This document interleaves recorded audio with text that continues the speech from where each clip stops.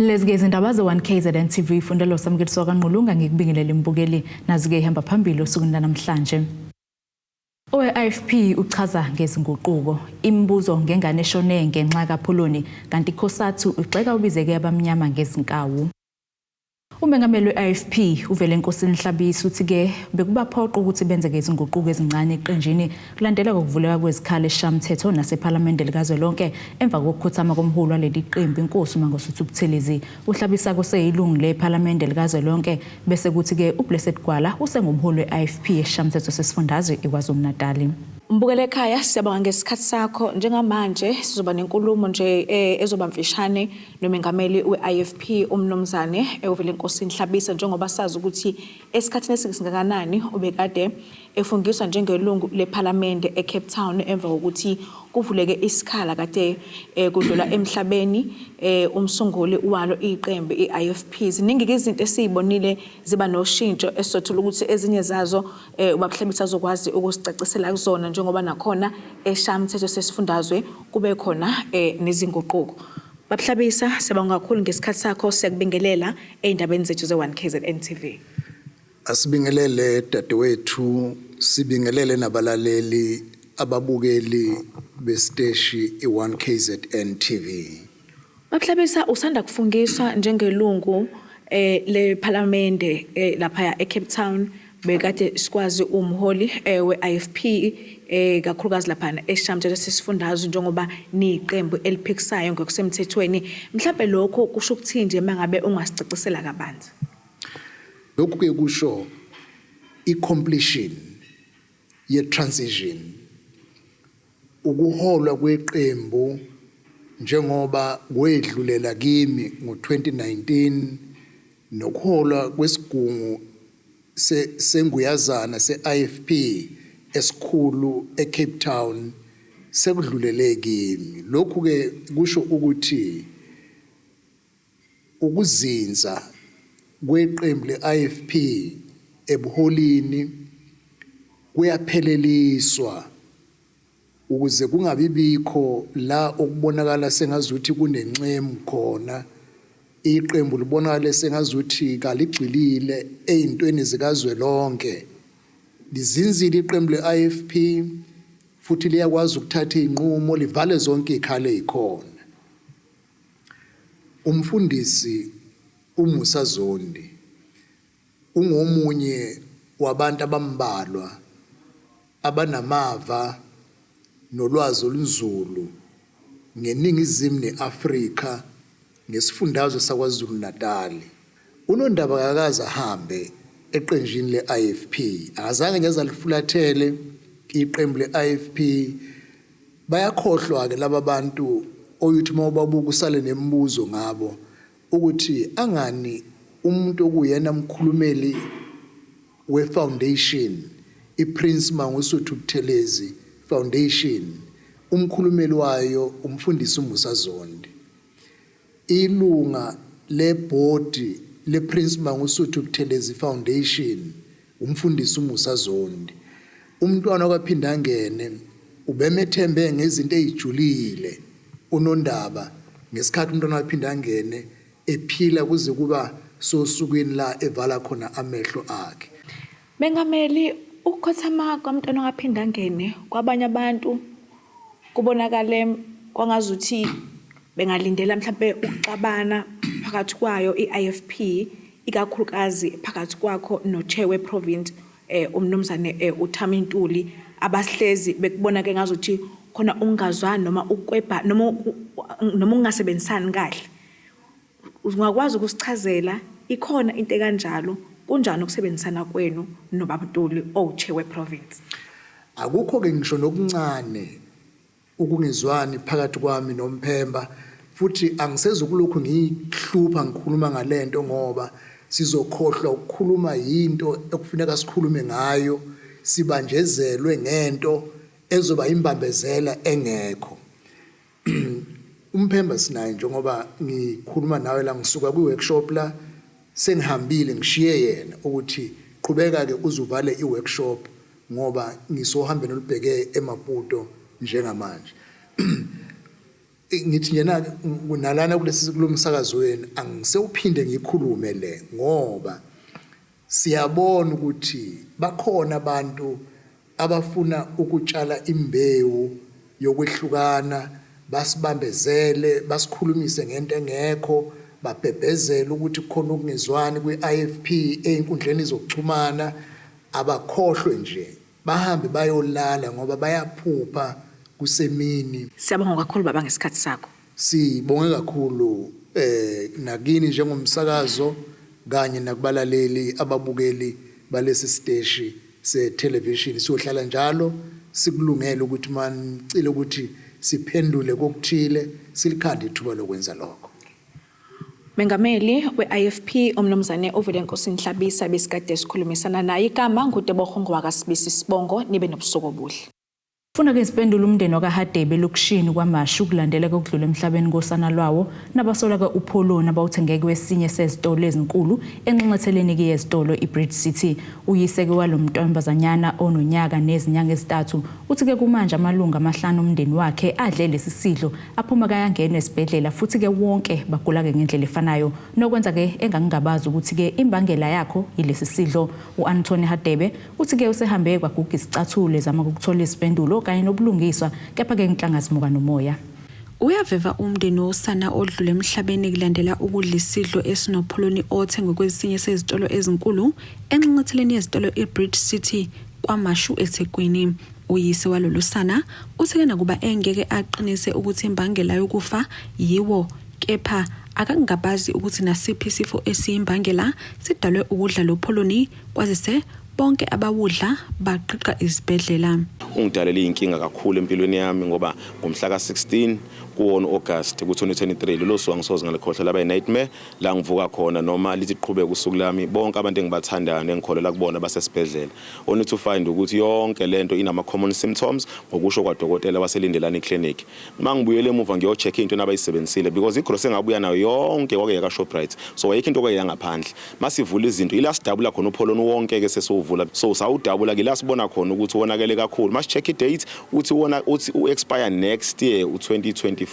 Ngikhuluma nje undodakazi omncane uhambile emhlabeni laba bawu2 bayangena bayaphuma ezibhedlela akucaci ngabo. So ke angazi namanje ukuthi njengoba ngimi kulesi simo kubheke ephi kuyaphi ngoba into eshow Shoprite uthi angimtshele ilink ebetween uPolony nokugula kwengane zami okuyinto engazi ngayikhomba kanje noma ngingaba convince kanjani ngoba I'm not a doctor enginoshow yakho mina ukuthi whatever ebikhona egazini labo iprovoke uPolony ngoba immediately bedlelo yaPolony akekho umuntu wawufaka emlonyeni wasurvive. Elandisa iziko lesindaba uthi ke sekuphela isikhathi esingaphezulu kwezinyanga ezimbili umndeni wakhe ubangwa nezibi abathentekile banenkinga yokhanjiswa yesisu ukuphalaza ukumelwa izinto ezingaqondakali emzimbeni nokunye okuningi.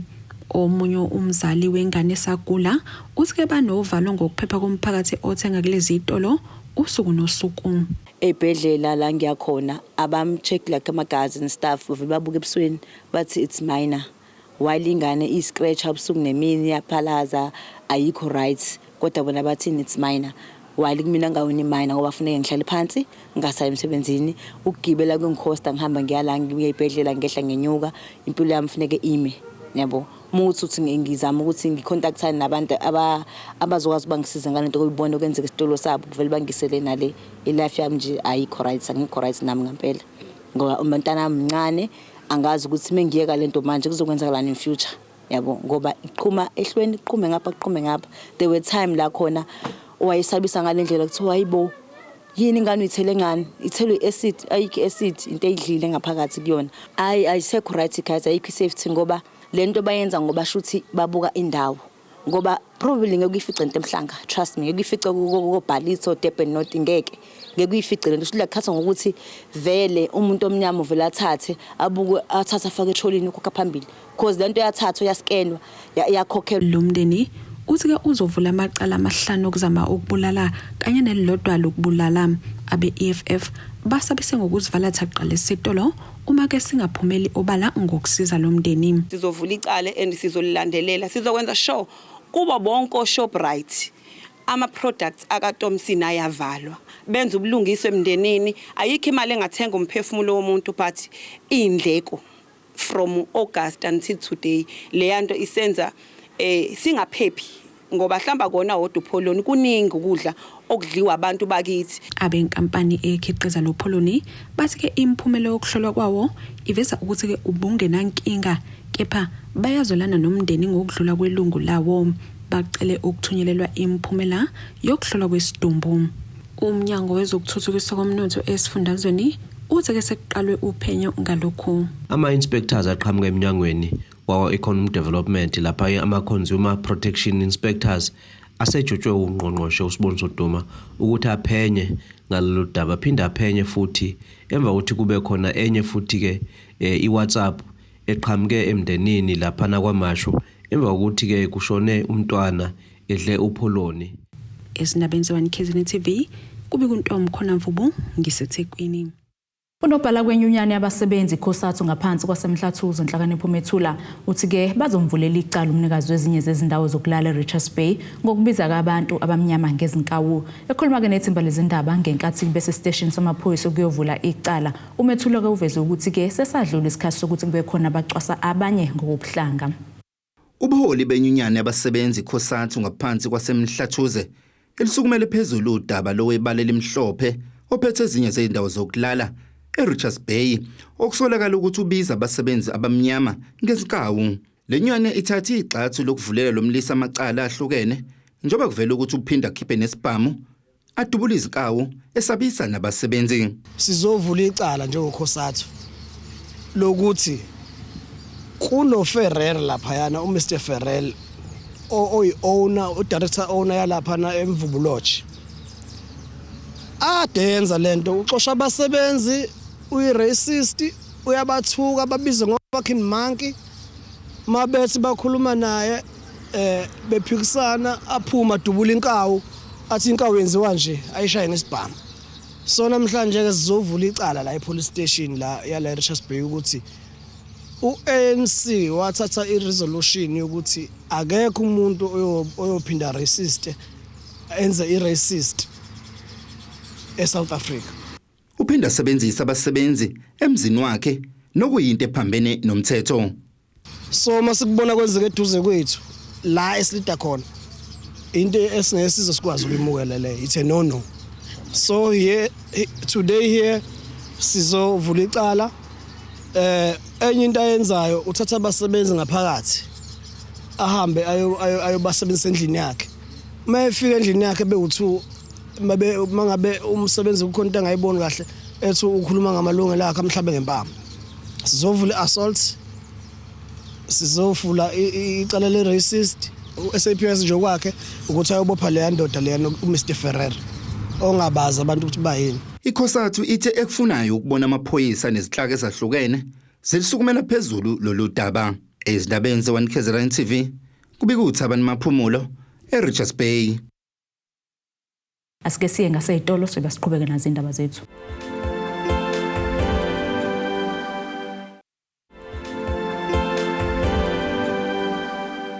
Asikwamukele ke mbukeli usabukela indaba zeNgezinguquko TV nazi ke sithi zona ehamba phambili.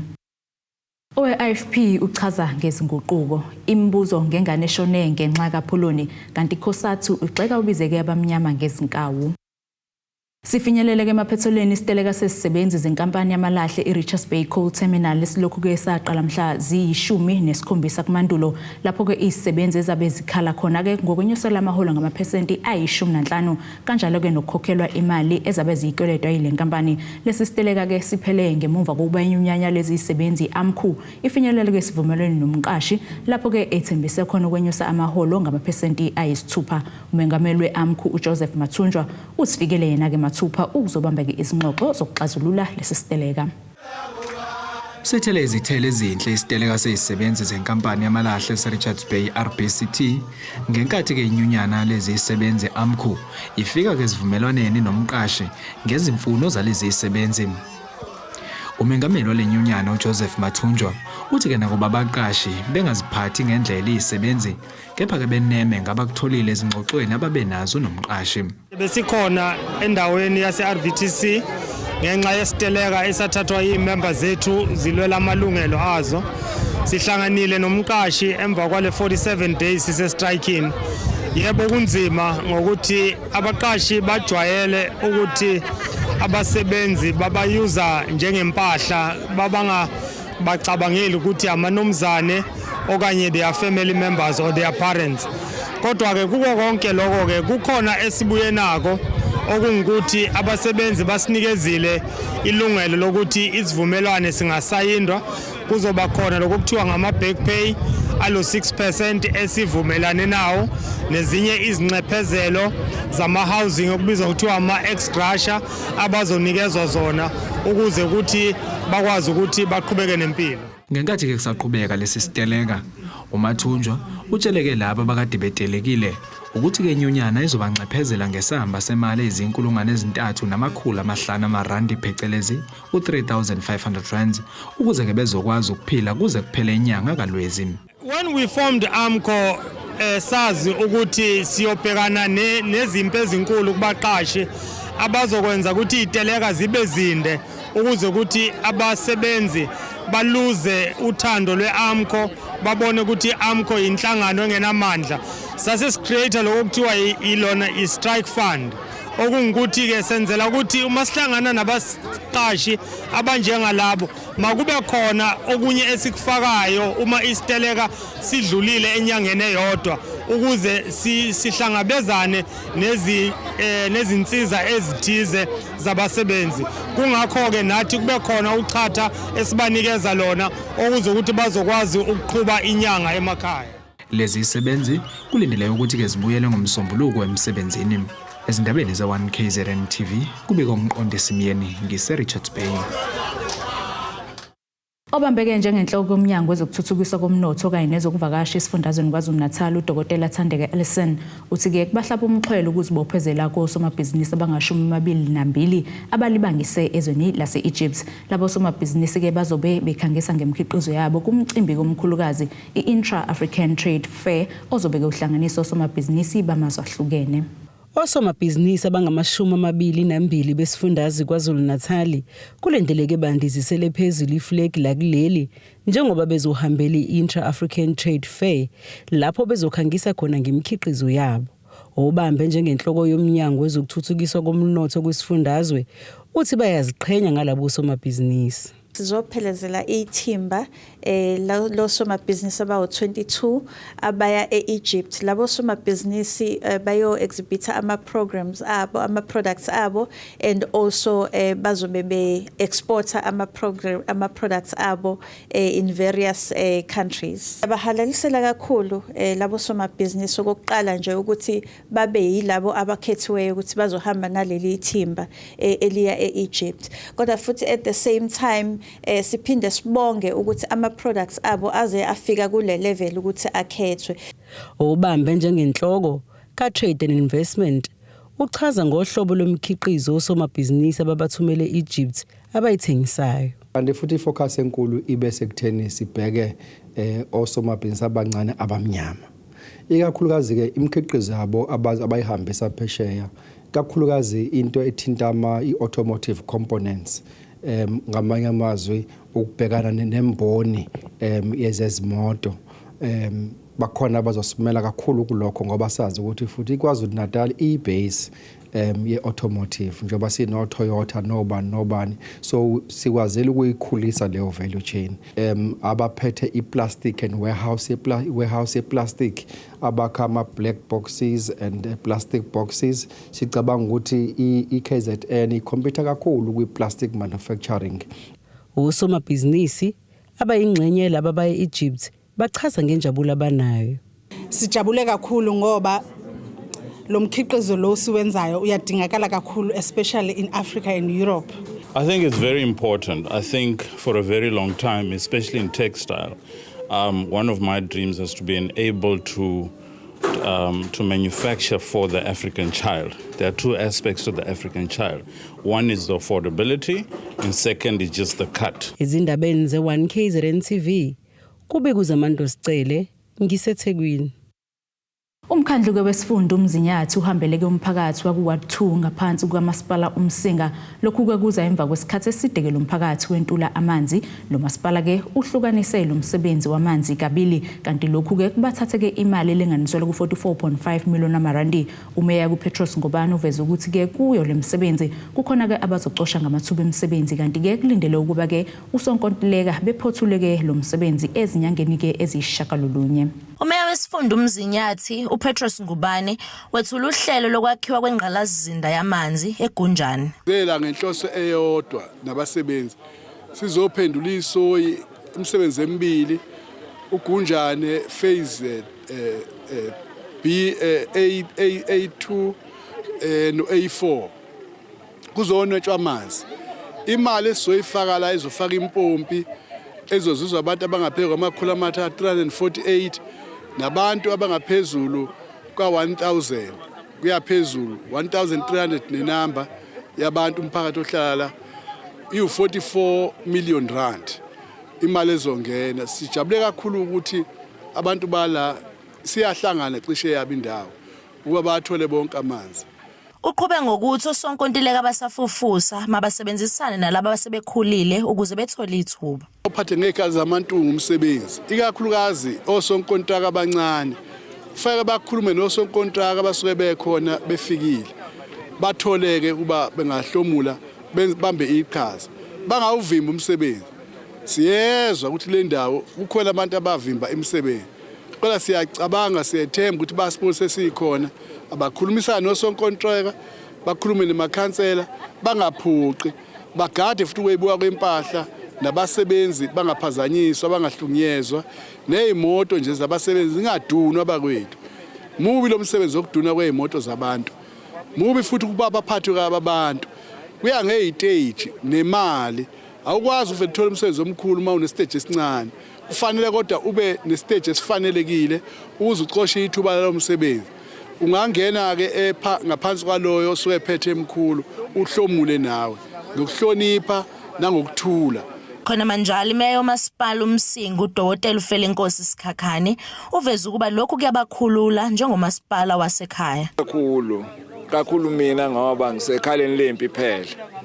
Uma kubonakala amanzi engatholakali abantu abakwazi umehluko we-local ne-district bona bazi ukuthi umeya noma ukhansela unakho konke kuye ngakho namhlanje kuvele ngokusobala kumeya oyasemzinyathi ubaba uNgubane esimbongayo kakhulu ukuthi asikhumbule nathi basemsinga azosethembisa asho nokuthi nampa abantu abazokwenza lo msebenzi osonkontraka hayi usuku lubehle kakhulu umuntu uzolala ubuthongo namhlanje ngoba sizwelile besikhona sajabula ukuze ukuthi uzohanjiswa kanjani umsebenzi wonke nini uphele nini uqala nini ubangaka abantu abazobadinga balekelele basebenze ngakho nje ngithi impela hayi lukhulu usuku namhlanje endaweni yakithi eMsinga. Thobeka Dladla ezindabeni ze1KZN TV eMsinga. Asiphinde futhi seyitolo sibe siqhubeke nazo indaba zethu.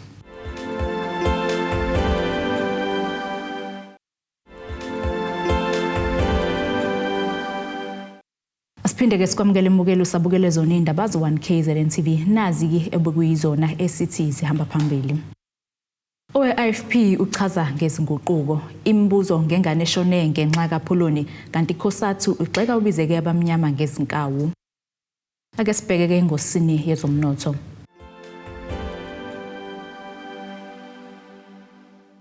Irandi lu 18 rand 37 cent emaqhathaniswa nedola laseMelika libo 22 rand 43 cent emaqhathaniswa nopondo waseBritain libo 22 rand 43 cent emaqhathaniswa neeuro lase-Europe igolide lona $1,987.16 cent ounce wolongahluziwe wona $86.85 cents umphongolo.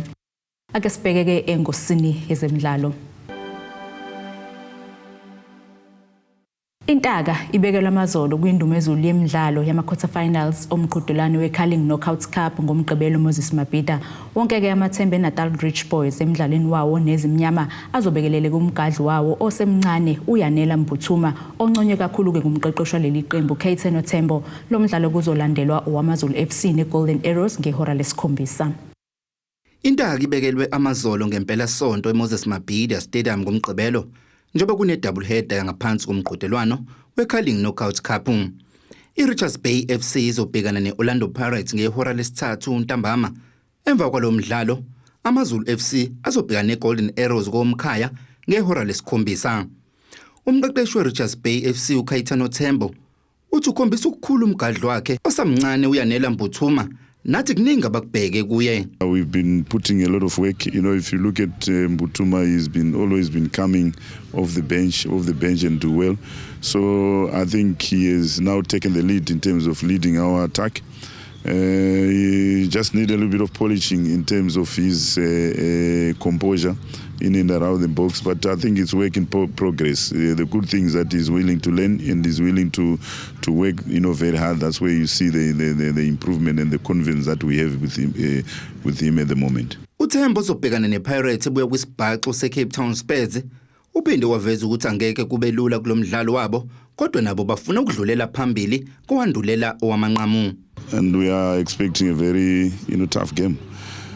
And it's a game that we also want to win. We want to go through to the semi-finals. It's a cup game. And you know how cup games are. We've really prepared well for this game.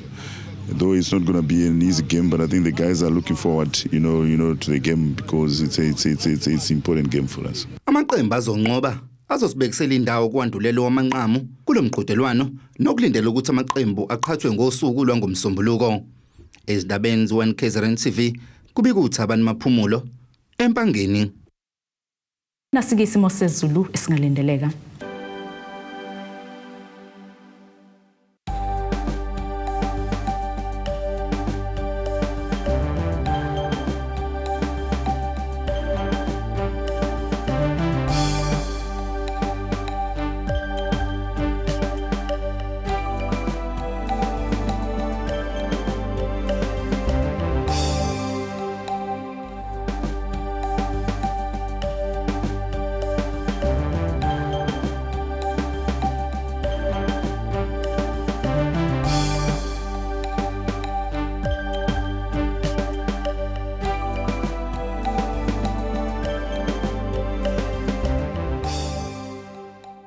Mbukeli-ke ziyaguqa besikuphathele zona osukwini namhlanje. Mina nawe-ke hlangane kusasa futhi ngasi isikhathi esifanayo.